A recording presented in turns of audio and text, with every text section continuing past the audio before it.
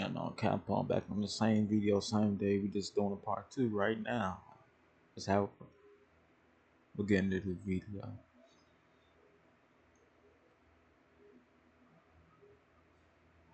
Oh, you know what? I forgot to read the title. No, I did. Everybody trying to claim and be the man. Everybody want to be the toughest gang member, Crip and Blood that it was. And stuff just got crazy. BOD and the Horseshoe Posse decided to be Bloods, until Dorsey discovered he didn't have enough enemies. With everybody being Bloods, that means everybody was cool with each other. With Dorsey, he didn't want to be cool with everybody. He wanted to be able to have some action. So Dorsey defected to the Crips and took the BODs with him. Case was like one of the first really Crip sets out around that time.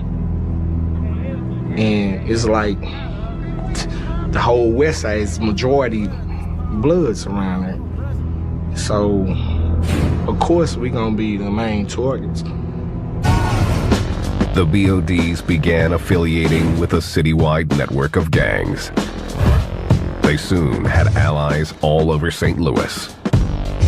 Instead of just relying on the 30, 40 people or 10, 15 people that may be in your immediate gang, if your connections are right, you now have access to over 100 people. BOD ruled with an iron fist. They would never try to stop the BODs from coming in, because the BODs would come anyway. And believe me, the Boys of Destruction were in charge. Their rivals were right across King Drive, the Horseshoe Posse. With just 4 lanes of asphalt separating them, battle was inevitable. One side, the Horseshoe being Bloods and the BODs being Crips, naturally they had conflict. Then with the Crip and Bloods, you have family members and people that was really close at one time. Probably used to walk over their person's house as a kid and play with them. But with the color, That shit be facts though. A lot of the games and a lot of shit in St. Louis spread it apart because of that. You know, a lot of shit in St. Louis spread it apart because, you know what I'm saying. A lot of parts of St. Louis spread it apart because of that. You know, a lot of people that used to. You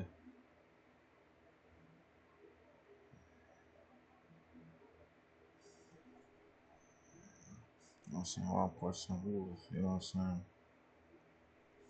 It's like that, you know what I'm saying?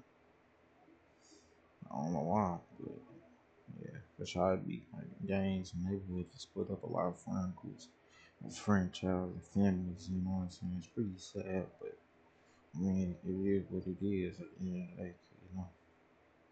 Kind of make you want to think, was y'all really meant to be friends? You know what I'm saying? Was it really meant to be friends? You know what I'm saying?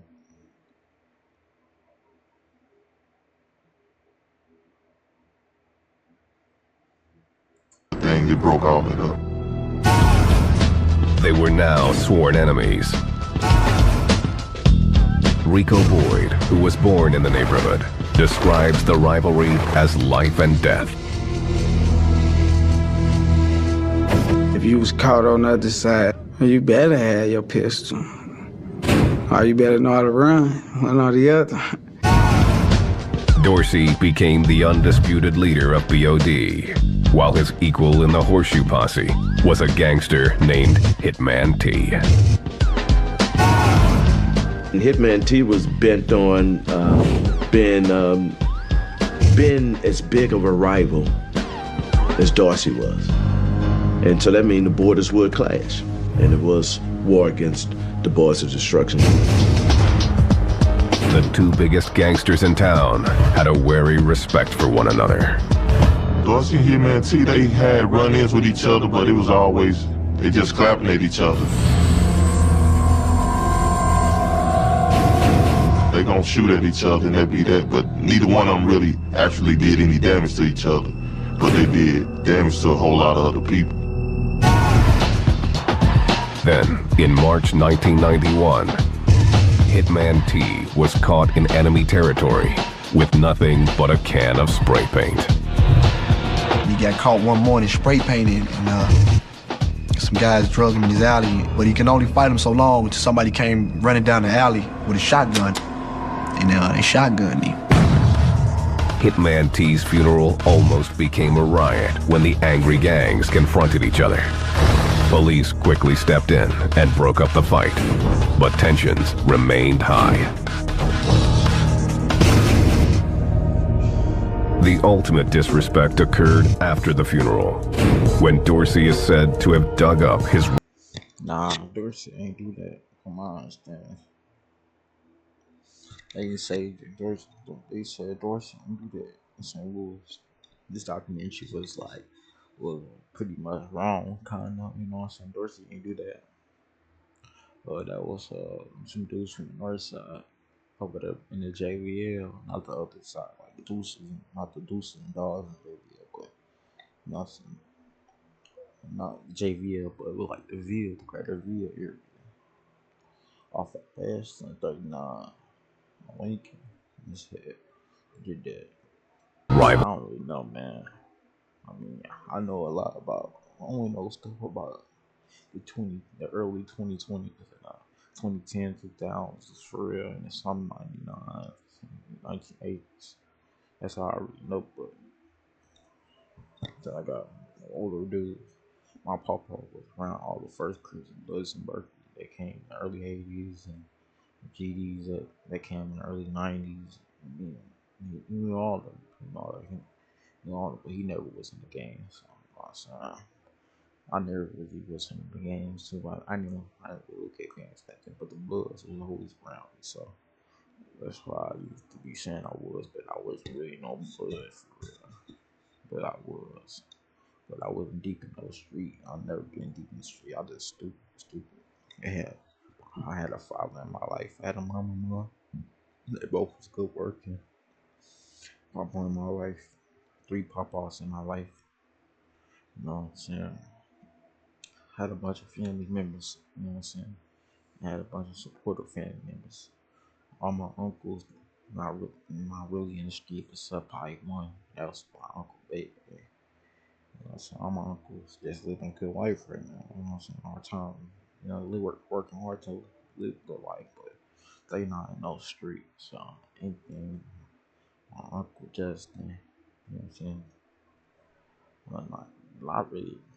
I don't know really about. I know some older uncles probably in games. I'm talking like my mama, brothers, sister, not my grand uncles, like my uncles. Like my older uncles, that's like in their 40s and 50s. But I know some of them was in the gang, see. But some of them was Crips. That was from Page Dale. So I don't know. Really, yeah, you see Crip. But that's the only thing I know. But Crips and Blood, I mean, they was around. You know what I'm saying? They was around. But for the areas I grew up, they was big, but it was mostly getting money and hustling, bro. You know what I'm saying? Like, but some neighborhoods I lived in were Crips and Bloods, though. You know what I'm saying? Like Inwood, and you got the Crips in Parkside, Vincent Park. I lived in Inwood, some Glen. Hey, Bloods and Crips, but mostly hustling over there. Parkside. I grew up in Happy Hill. My papa lived up there. They was Crips and Blood. Page Dale, where my papa lived. They Great Street Crips and on the 30s, Page Dale policies, and Berkeley was a bunch of shit. Blood, Crip, GDs, but mostly Bloods. Persian with Bloods, but some of them was some dudes on the other side. Persian just was a street that's way off one street, you know what I'm saying? I might do a vlog, but y'all might see me do a vlog or like something like an interview, like a hood vlog or neighborhood vlog, like to show y'all this a neighborhood community, bro. You know what I'm saying? But, you know what I'm saying? I'm just trying to show people like what things that the older generation can teach y'all. You know what I'm saying? Can teach us to do better in life than they was back in the 80s and 90s and 70s. You know what I'm saying? You gotta get the message out so we can hear powerful, unite together. You know what I'm saying? So people that don't feel like we can unite, but I feel like as black people, as the black community, can unite and be strong as one. You know what I'm saying? We can put our mind to anything, build anything we need to build. Cause we built half of America. One of y'all want to tell it? No, we built some of these things that white people say they built. Other people say they built. We built that first. We built half of them roads. We built them plants. We built them farm yards. So nobody can tell. We build showers. We build water. We going to clean ourselves and putting soap on our body. You know what I'm saying? We was the one. We was the one taking care of our hygiene. We was the ones. I don't care what nobody say, bro. I feel like we can really do this. You know what I'm saying? We can really do this. When I'm talking about my ramps, we can like nah, but like we can be powerful, bro. That's why I want wealthy and rich. I'm gonna have a legacy, bro. Wealthy and rich, I'm gonna be a legacy. I'm gonna be a hard working, good working man. That, that's gonna be rich and wealthy, bro. That open up opportunities for the young people, for young black people. You know what I'm saying? For young black people, bro.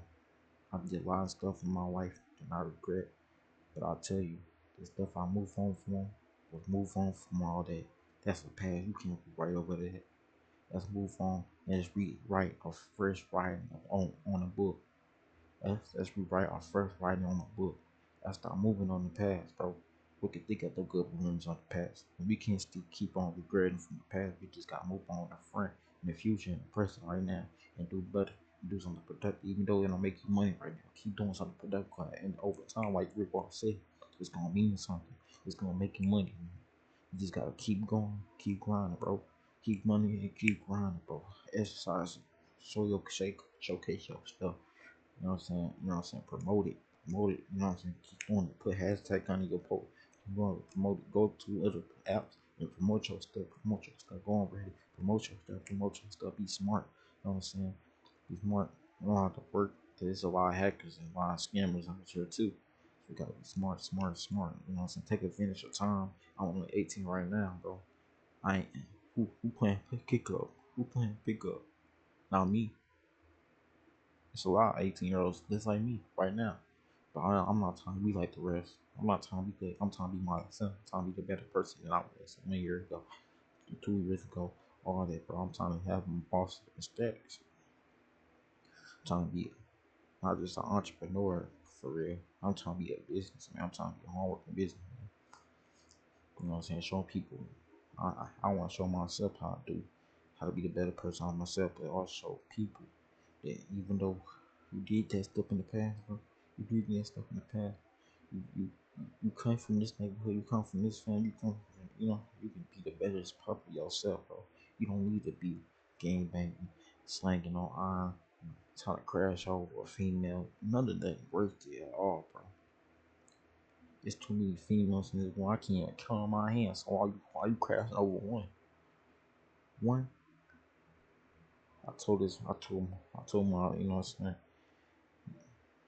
I told my bro, well, bro, why do you go off one girl? Why do you go off on one girl? Because that was your first love. I tell you, bro, if you ever get find another girl and she be your second love, your second love, she gonna make you feel the same way. You gonna get it through your head that a lot of girls gonna make you feel that way and make yourself do bad, or make you trying to hurt yourself. So make you just manipulate your brain to play you, bro. Some girls not, some girls is, bro. It's a luck and a trust. That's a luck and the truck and the miss. And you just gotta keep on learning. You know what I'm saying? Struggle for the learn. You might fail. You might fall all the way there. Get back up and do it again. Get back up and learn how to do the brain. Get back up and learn different way. Get back up and be a venture or something. Get back up and do something better. Get back up and keep working up and grinding up. It don't matter. You can start off on $5. Or I mean, really now you can start off on $11, $16, and keep working yourself up till you become a millionaire, a person that make 100,000 a year plus. You know what I'm saying? Make 100,000 a year plus, can pay all their bills plus. You know what I'm saying? Can give them they children. You know what I'm saying? Can get with the children whatever they want, so you can show them how to live a better life, how to take care of yourself, do all this stuff. the train and train their knowledge. You know what I'm saying? Give them powerful messages in their head so they can be motivated and grind, and so they can get it on their own. So these people, so these kids, that just because you a millionaire, you know, a billionaire, or a person, we all still the same. We still all people, bro. Stop trying to look at, stop worshiping people that live the same life as you just because they make more money than you. No, be motivated, bro. Stop worshiping, be motivated. These people are gonna be motivated. Bro, I don't got nothing to say for Cardi. I think he's a good artist to me. But the people, like my little bro, he's slow.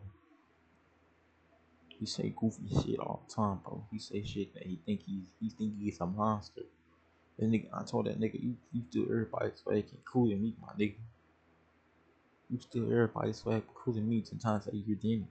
But your weak ass up, that's weak nigga shit. You think like a weak ass nigga. You think you a monster? You ain't no monster. You think you powerful? You ain't powerful. You want this, man. You want the image, my nigga. For that. This nigga was influenced by Playboy Cardi, bro. This nigga worship Playboy Cardi, bro. I said, are you gay or something? My nigga, no offense to the gay people. I said, you gay or something, my nigga? Why you got 2,000 pictures of a nigga that won't show up to your funeral on your phone? No disrespect to Playboy Cardi, if I meet you, that's good, man. You can put you a regular human just like me, and he honest Playboy Cardi, we understand that. He's living life. He's living life how he wants to live it properly. You never know what he going through. He probably go through the same thing everybody else go through because he's a human, just like me. But it's crazy that people he probably think it's probably if he going through another dude phone, he probably think you weird. How you a boy fan and your own artist would think you weird for having 2,000 pictures of him on your phone, bro. That's weird behavior, bro. You worship a nigga that's a regular life, bro. You want to be living life, but not build that life for you. You like seeing niggas succeed. This nigga told me he's not watching his favorite YouTubers. I don't really give a fuck for it. He's really talking because they got too successful. What? You want somebody to stay? What the fuck kind of mentality that everybody gotta get theirs, but they work hard for that shit, bro. I don't give a fuck who he is. If you watch somebody get motivated, take some knowledge off that shit, bro, too. I'll be watching motherfuckers all day just to watch motherfuckers. I guess I'm entertaining. You know what I'm saying? Watch movies at the nighttime and shit. That's the only time you should be watching motherfuckers for real, for real. At the nighttime or sometimes during the day where you ain't really doing nothing. You know what I'm saying? You know what I'm saying? The day going slow, so you could just go watch some niggas just by the sound. I get it. That's the only time you should be watching people, really. Or if you doing something productive like react to a video and making money off real quick off the video, you know what I'm saying, that you can do nowadays. People gotta know knowledge and points and how to take advantage, how to cut and receive, how to cut and involve, how to cut and progress. You know what I'm saying? How to cut and improve, how to cut it and take it and make it a bigger cut. Take that slice of the cake, put that cake on another cake, and make it the cake bigger, and slice another cake, squish them together, and make another cake, squish them together. You know what I'm saying? You gotta be knowledge and approval. You know what I'm saying? Hey, all the people,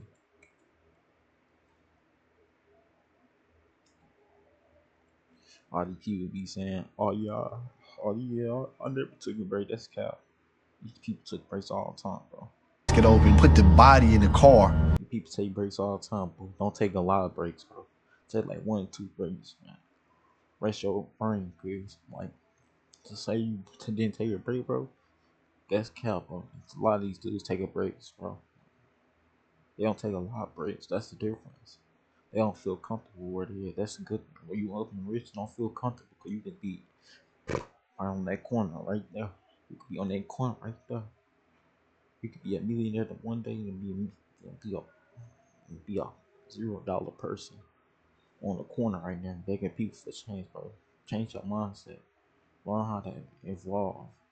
For when you get there, evolve. That's what I'm learning. That's what I'm doing. That's what I'm gonna do. I'm gonna evolve. And I'm gonna look around and see what opportunity I can pick up for myself. And more opportunity I can pick up for myself. I don't want to be a million. I'm not gonna go up. I know God gonna bless me. I'm gonna bless myself with all hard work and grind and more progression and knowledge and the powerful message and a legacy that I'm gonna have. Well, I feel like I'm gonna be that person for myself. You know what I'm saying? I don't want the fame and the image. I just want to be, you know what I'm saying, show people how to do it. You know what I'm saying? So it's like everybody at their dark moments or not. You know what I'm saying? I regret it, but I gotta rewrite history. You know what I'm saying? Ain't nobody just nice people, bro. Y'all need to start saying that people, everybody nice, bro. Everybody got had their signs to them when they did something they really didn't really regret it. You know what I'm saying? But you just gotta keep learning, bro. You can never get them back. You can only get memories back, bro. Memory ain't no feelings. Memory just a thinking, a thought of the progress. It's just a thought. It's not a progress for real. It's kind of is, but it's not. It's really just a thought in a blur of a wind of the wind of a sky of a cloud that you can see through your head and through your brain when you sleep or when you living and watching something, daydreaming. You know what I'm saying? A lot of people daydream in life, bro. Everybody do it. So don't say nobody do it. Everybody do it. I'm not trying to yap too much. Let's get into this video. But take what I said and go with it, man. You ain't gotta take half of take proof the court. Improve your knowledge with the cut. With it smell like that, drive it over to the mother's house and throw it on the porch, all that. I really can't confirm that. That could be a touchy subject for somebody in this man's family. Dorsey and the BODs were now firmly on top. The streets of St. Louis were running with blood, and no end was in sight. You got some guys that just love the action. They don't want money. They don't want the fame. They just want to hurt something.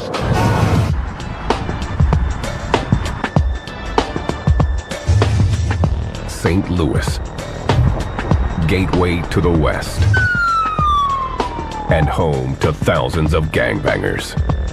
Our area is more dangerous because the poverty level is so high. The shootings, the murders, the gang activity, I mean, that all goes with that. People get hurt. The city's most notorious gang is the Boys of Destruction. When members of the Boys of Destruction went places, people knew who they were and they were afforded the fear. Because if you mess with them, you were messing with a violent entity. If you get caught in the middle of that, that's just it. BOD have a thriving drug trade, pushing everything from marijuana to crack. Dope, crack cocaine, heroin, teas and blues, stuff like that, you know, on the crack cocaine, heroin, teas and blues, stuff like that, you know, on the streets of the cities of St. Louis. And it was pretty rampant. The secret to their success is keeping the cash separate from the killing.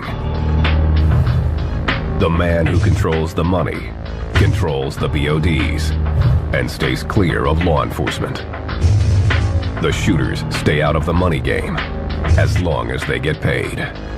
Pretty much whoever controls the drug market controls everything. People up under him gonna protect him to make sure that they eat. The shooters often come in the form of young gang prospects who are trying to make a name for themselves. You got guys that will shoot, rob, they'll do anything just to be down and try to seem like they cool. You got your crash ass dummies. You want him to go shoot a guy around the corner, he'll go do it. He pretty much a dummy because he's not getting nothing out of the situation but getting used. The crash test dummies pretty much always just end up crashed. He stop a car, and the youngest individual, he's the one that's going to claim ownership to the gun. And he's willing to do and sacrifice his own life or his own freedom for the gang.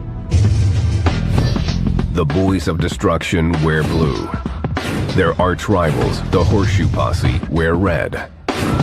The tradition started in 1988 after the movie Colors brought the thug life into the mainstream. The writing on the walls marks each gang's territory. The graffiti is like the ghetto newspaper. It tells people what's going on, who's shooting who. If I put BOD on the wall and I put a K behind it, that means I'm a BOD killer. If I put Horseshoe Posse on the wall and I put a K behind it, that means I'm a Horseshoe Posse killer. Those same letters, nicknames, and symbols show up in the gang's ink. That's how we identify members. They don't know their name, and we identify them by their street name relative to their tattoos. One popular stamp incorporates the most famous symbol of St. Louis. They may have the arch tattooed on their arm and then have numbers on one side of the arch leg. I feel like this, man, either respect it or check it, dog. You hear me? Goddamn man, the police. Rico's tattoos reflect a life filled with bloodshed. My cousin died in '05 in Baden on the north side of St. Louis. Got 2 shots.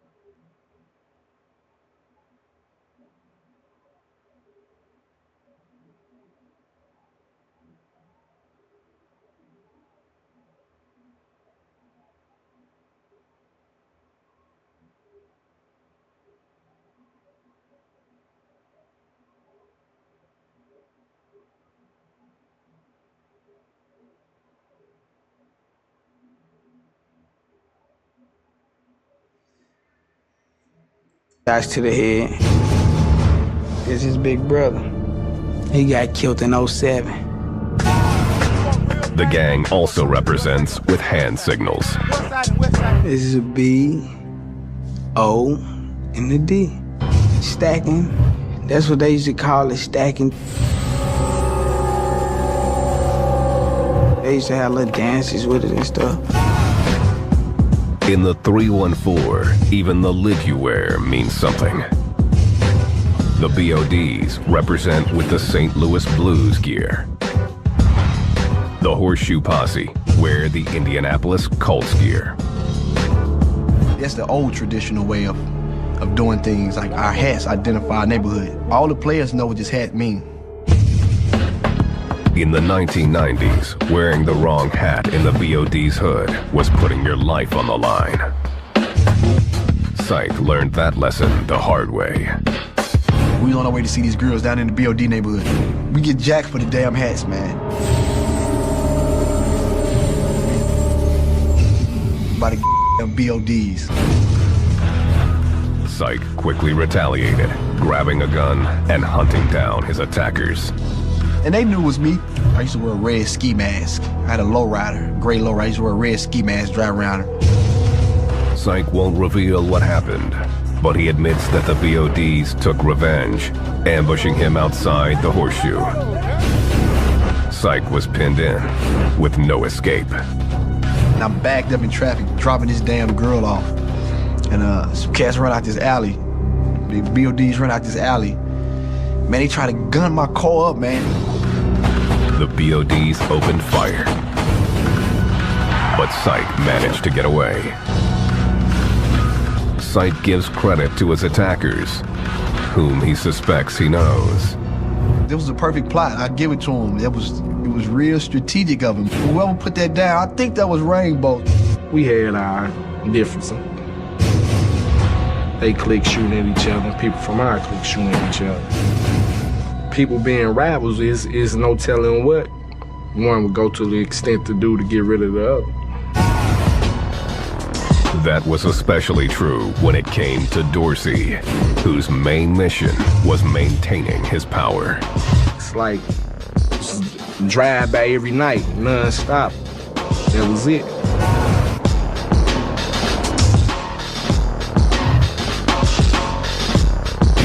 Fall 1991.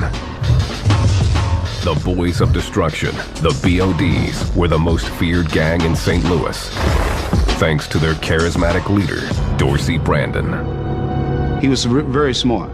You know, he was a hustler and very manipulative. He would cause havoc on the street with other rival gang members. Dorsey had narrowly survived 7 bullets to the chest. He believed at the hands of his arch rival, the Horseshoe Posse. And he was supposed to be on what they considered the low-low.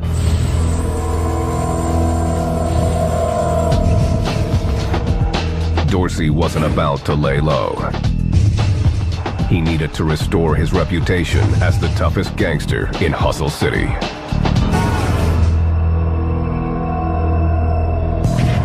October 30th. Dorsey had been back out on the streets for 2 weeks when he went to the Rose Lounge, a popular nightclub. The usual, just go up there, have some drinks, mess with ladies, and pretty much the typical street thing. The nightclub bordered Horseshoe Posse territory. Rival gang members would come because it's set on the perimeter of Dorsey's neighborhood and right on the boundary line of other gang infested areas also. Rainbow can't say just how it began. Old secrets die hard. But someone started trouble with one of Dorsey's friends. Shit crazy how this shit be in.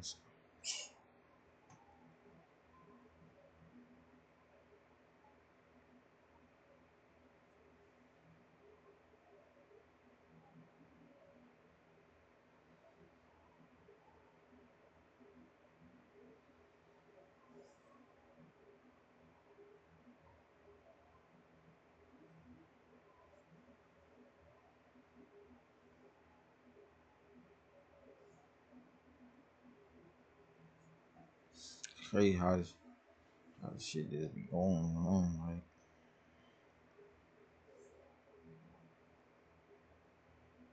make kind of think like, what this shit ever between like, you really killing each other over bullshit, okay? We really killing each other over bullshit. I mean, I was killing, but you know, some black people are whole, man. I don't give a fuck about white stuff. Black people as a whole, man, we really killing each other.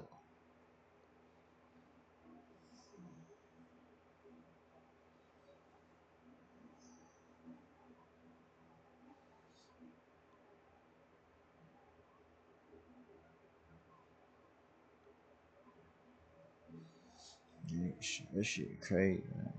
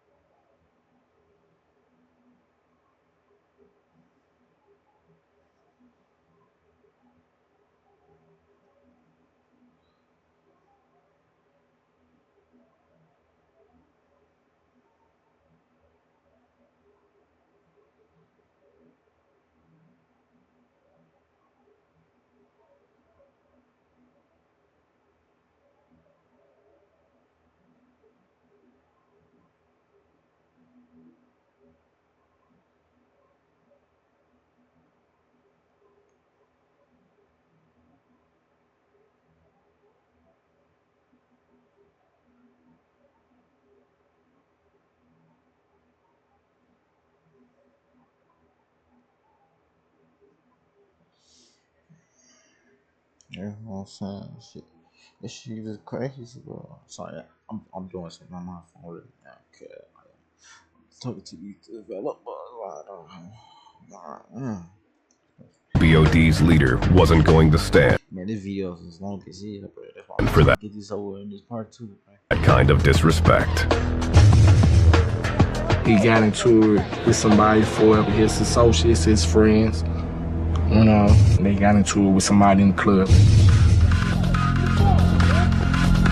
Dorsey was outside the club when a truck drove up, and someone fired off 2 rounds. He ended up shooting Dorsey. He pretty much just opened all his other wounds up, and he pretty much just suffocated. He couldn't breathe. He just ran out of air. He died a tragic death, you know. He died by the same things that he practiced on the street. I was able to respond to that shooting, that scene. And when he died, he had like a smile on his face. Dorsey was only 18 years old. News of his murder quickly spread through the gateway city. After his death, a lot of RIPs, remember Dorsey MPs, a lot of BODs where you would see RIP Dorsey, Boys of Destruction. He was good to us, but he was bad to everybody else, put it like that. So everybody else didn't like him, but we loved him. He loved us. BOD went on the warpath to avenge their fallen leader. For weeks afterward, the gang and their horseshoe posse rivals carried on the most violent street war St. Louis had ever seen. Yes, the city was in chaos. It was crazy.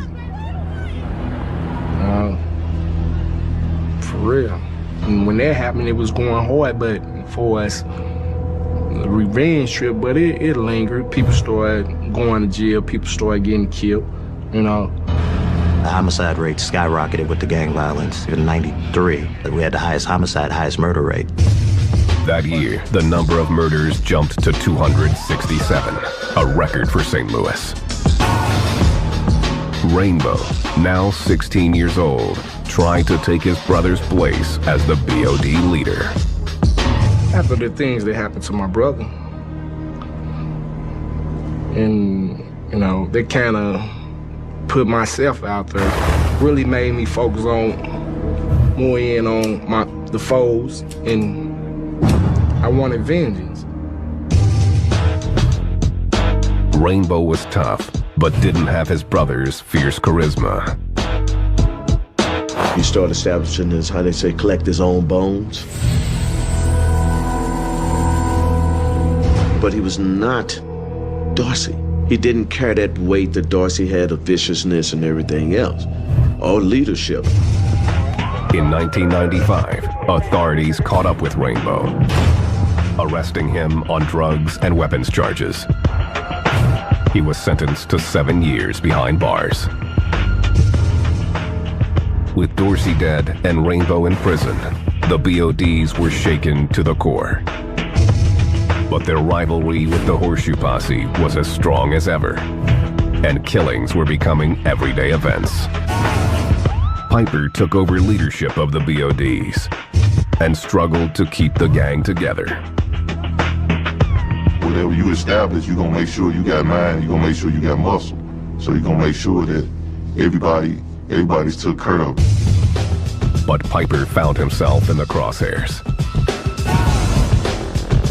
In 1999, he was hanging out with friends outside a local garage when a rival gang member walked straight up to him and opened fire. I started to run, and he hit me in the back, my lower back. I'm just laying there stuck, bleeding, can't move because everything from the waist down had died. Guy stood over me, but he didn't kill me. So I was thankful for that. Piper was paralyzed from the waist down, but even today won't give up the shooter. Because in the streets you don't tell. Even though I heard about who did, I still never said nothing about it. Piper spent the next year learning how to walk again. But his injuries did nothing to slow down his gangbanging. I was cooking up drugs in my wheelchair. I kind of got worse in the streets. I started selling more dope. I started doing more things. Everything that I did before, I did more because I felt like at any time I could lose it. Piper was hanging tough, but the gang was under assault from all sides. Several other members, elite guys, were killed. And then the police were very effective in getting rid of the rest through law enforcement matters, you know, getting cases, sending them to prison. As rival gangs muscled in on the BOD's turf, anarchy became the norm. By 2000, there was a new creed in the hood. Anywhere, anyone, anytime. Anybody can get it. They'll kill anybody. They don't care who it is. And you can look at a person wrong, and if it's just that wrong person, it shoots you.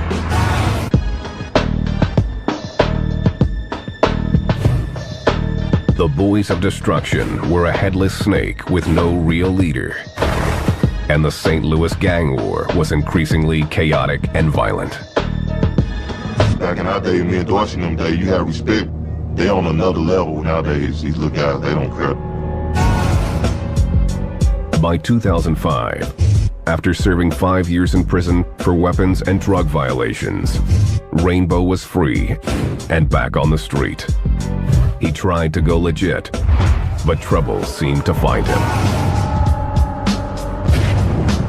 That November, Rainbow was pulled over by a cop on a routine traffic stop. My record's never been wiped clean, so when he ran my name, he came back. He was real jumpy. This man really was jittery and jumpy with me, and I felt I had to protect myself. Got to tussling and fighting. And you know, he got to going for his gun. I wasn't finna let him get his gun. Rainbow severely beat the officer, stopping only when he was physically pulled off the cop. Rainbow fled and was on the lam for 2 days before turning himself in. He was sentenced to another 15 years in prison for assaulting a police officer.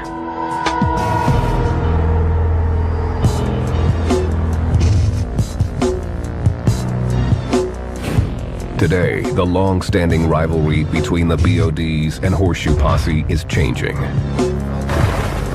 Though the BODs still sometimes represent with the color blue, both gangs have severed their ties with the LA gangs. Every culture has changed. People gravitate to a certain thing. But I look back on it now, it's a bunch of, oh, that was stupid. That was just the way of life then. Instead of shooting it out, they play by new rules. Red and blue make green. He makes money, I'm making money. We on the same page, we gonna click up. You might do see a BOD or a Horseshoe doing business. I mean, their favorite color might be red or blue, but they love green. Money. Rule of all the evil. The gangs that now work together to deal drugs are also coming together to use. Guys that's on the dog food, they pretty much respect each other when they see each other at the heroin hospital because they need to get a fix. Now if they catch each other later on around the block, then it'll probably be a different story. A lot of guys who can be shooting at each other during the day, they may be sharing the same needle at night. There's really no rhyme or reason to it.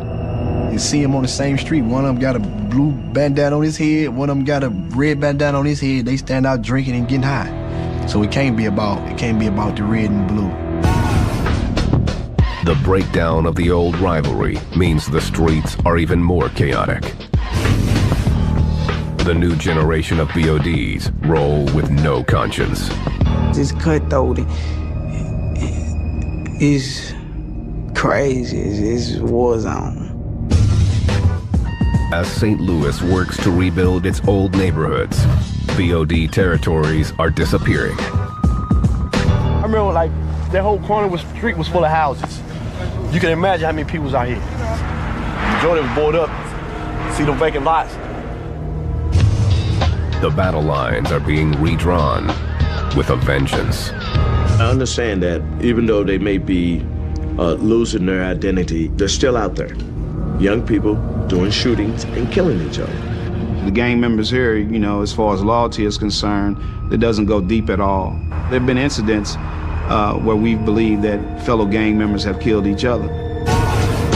Piper often visits his old neighborhood, and with the help of a federal probation program, is trying to stay sober and complete job training. I don't feel bad about the stuff I did. I hate it that now that I'm older, when I see what I did selling drugs, it was hurting my own people. I understand that now.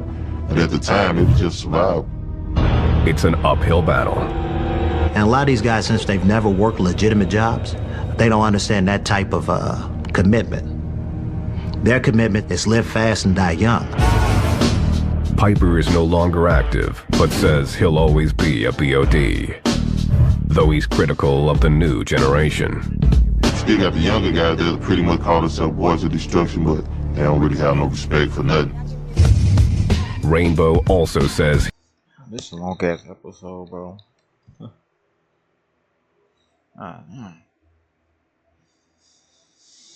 Yeah, man, it'd be crazy like that, man. Rainbow out though, I think.